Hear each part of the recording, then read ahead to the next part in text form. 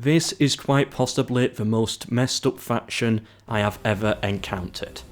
Russia. Where to even begin with the historical inaccuracies? Now, at 1080, Russia did not exist as a nation, and most people suggest that the faction should be renamed to Novgorod instead, like it is in the Kingdom's expansion. But that is also not accurate, as Novgorod was also not a separate nation at the time. Instead, it was actually part of the Kievan Rus, which was massive compared to how the nation is portrayed in the game. Russia's royal family in-game is also based off the Kievan Rus. So to summarise, the faction is the Kievan Rus, but they only hold Novgorod, and they call it Russia. That is the equivalent of Greece in Rome Total War, owning all of Greek territory, with Julius Caesar as the faction leader, and they are called Ottomans. Clearly a mess. Welcome to Total War Profiled, a series that finds out what inspired the developers into making these games, and because the answer is usually history, it also looks into the historical accuracy of those decisions. These are every Saturday. Subscribe if you want more updates on future episodes. Why did they go with this then? Well, my guess is that they assumed Russia would be a more recognisable name to the players who don't know as much about history. They gave them the Kievan Rus family to have some historical backing behind them, at least some historical backing, and they gave them the region of Novgorod, probably because that was the first state of the Kievan Rus to gain some autonomy and begin to separate them in 1136. The faction leader is Grand Duke Svazlod.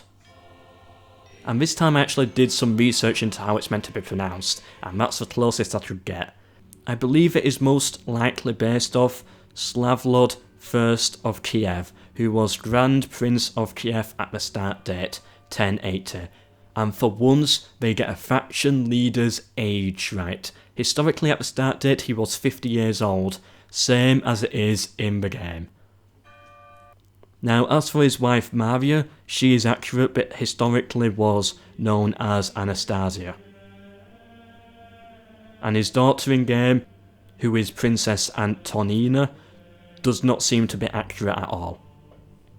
His son, Vladimir, became Vladimir II Vladimir II Momotka. He starts the game with 2 children, both inaccurate.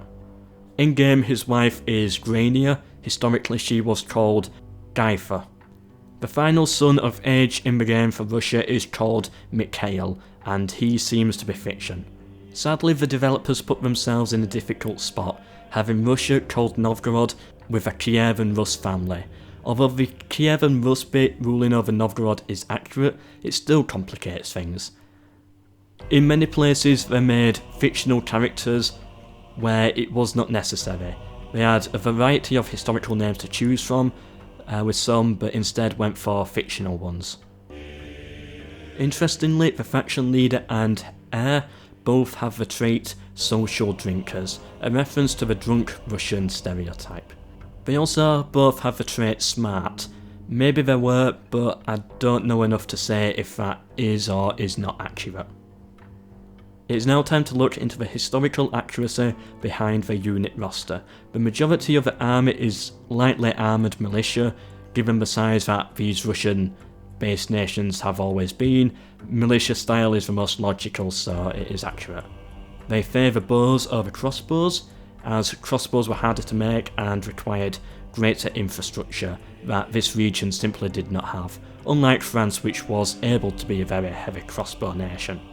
Historically, the prince's bodyguard were the mounted Druzhina, heavy cavalry. Now, they are not bodyguards in the game, but they are present as a cavalry unit and a dismounted unit. Although it does reference the unit's historical purpose as bodyguards in their description. The game references units such as the Boyars and the Cossacks, which were accurate for the region. One of their missile cavalry units is called Dvor Cavalry. I could not find really any reference to them. I also could not find any reference to the Berdish Axemen.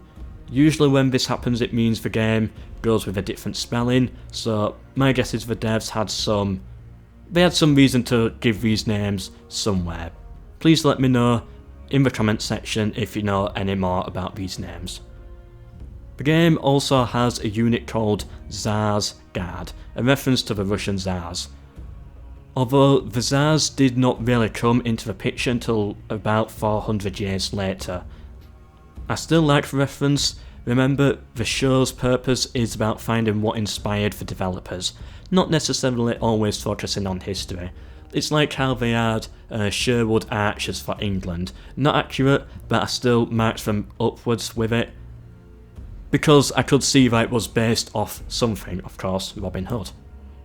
Another missile cavalry unit in game is the Kazakhs, who historically were from the Turkish cultured region in the Ural Mountains and further east. The term was used during the 1400s, 300 years after the start date, so they are based off historical research, kind of, but mostly from the wrong time period. That, I believe, is all. Hope you enjoyed it. Now, this week was meant to be France from Napoleon Total War, but I still have Darth mod installed, and I don't want to uninstall it yet, so that's going to be delayed for another week. There will soon be a poll sent to tier 3 Patreons for what game they want me to explore into the accuracy of next week. Please check out my Patreon page if you haven't already. I'm trying to afford the internet to stream, and maybe, hopefully someday, a new PC at some point, so I can actually record the newer titles without big frame drops. Now, Russia is not accurate at all. The family is kind of historical, but they have too many unnecessary fictional characters. The unit roster is good, but everything is such a mess with this faction. This faction here would have received 1 star out of 5 for accuracy, same as Bronze Age Egypt. But after thinking, the unit roster was quite good and accurate, and I can see that the developers wanted to try and fix the situation by giving them the royal family of the Kievan Rus, so they definitely tried to fix it, or make up for it. And because of that, that does kind of make them better than Egypt, so I will push them up and rank them at 1.5 stars out of 5. The worst for Medieval 2 Total War in terms of accuracy, but not worst across the whole franchise at least. But anyway, hope you enjoyed this week's episode. Please do check out my Patreon, and I hope to see you in next week's episode of Total War Profiled, or any other videos I do. Subscribe for more, and goodbye.